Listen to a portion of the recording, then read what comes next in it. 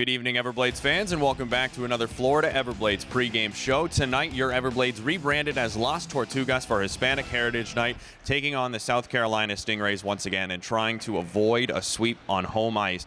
Yesterday's game, a 6-2 final for South Carolina, but that certainly wasn't the main storyline. 139 penalty minutes in a violent game, fights in all three periods, misconduct, guys getting kicked out of the game left and right, just all around a super nasty game, exactly what you'd expect between two arch rivals in the South Division. Now the Stingrays, after last night's result, sitting 4 points behind the Everblades for the top spot in the South Division, and with a game in hand as well, they could pull within two and control their own destiny with a win tonight. But the Blades, with a victory, can get up to 6 points clear of the Stingrays and be in a much better position to hold on to that top spot that Florida has held sole possession of since December 13th. In last night's game, the Stingrays took advantage of those penalties and scored 4 power play goals for their group, the most amount of power play goals the Everblades have given up in a single game since December 17th, 2022. So a rough night for the Everblades man down unit. A lot of those power play goals, though, coming on the 5-minute major penalty against Andrew Fighton in the third period, where the Stingrays also got some 5-on-3 time in that span due to extra penalties the Blades took while down a man already.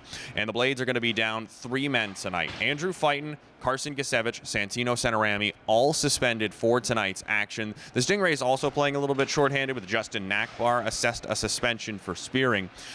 So both teams, but especially Florida, going to have to be shifting their lineup around quite a bit as a result of these suspensions. In the ECHL, when a guy gets suspended, his lineup spot has to be left vacant. So Florida's only going to be able to run with 15 skaters tonight, which severely limits how they're going to be able to deploy their guys. Going to put a lot of strain on the coaching staff to get the best and be creative with their bench, with their roster, to get guys rolling as best they can. Our 3 keys to the game are presented by Direct Effects. Discipline, number 1.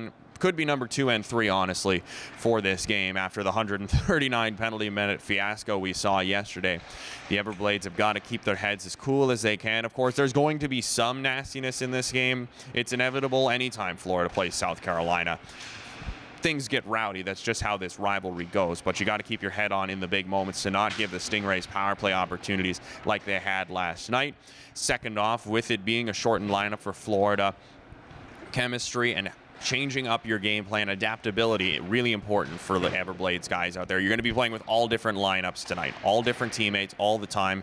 Might go the entire period at some points without playing with the same 3 guys on the ice consistently outside of power play and penalty kill situations. So you've got to be ready to change your game and adapt to your different line mates that you get.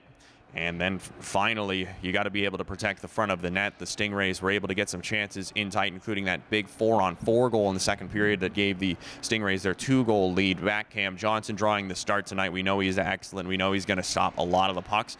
But there's always going to be those opportunities out front when a puck just pops free, takes a weird hop off the pads. Defenders have got to be ready to box out in front of Johnson to help him get the Blades back in the win column. Hispanic Heritage Night, the Las Tortugas making a return to Hertz Arena for tonight's action. The Everblades and the Stingrays here at the start of March. We'll see you for puck drop and warm-ups after this.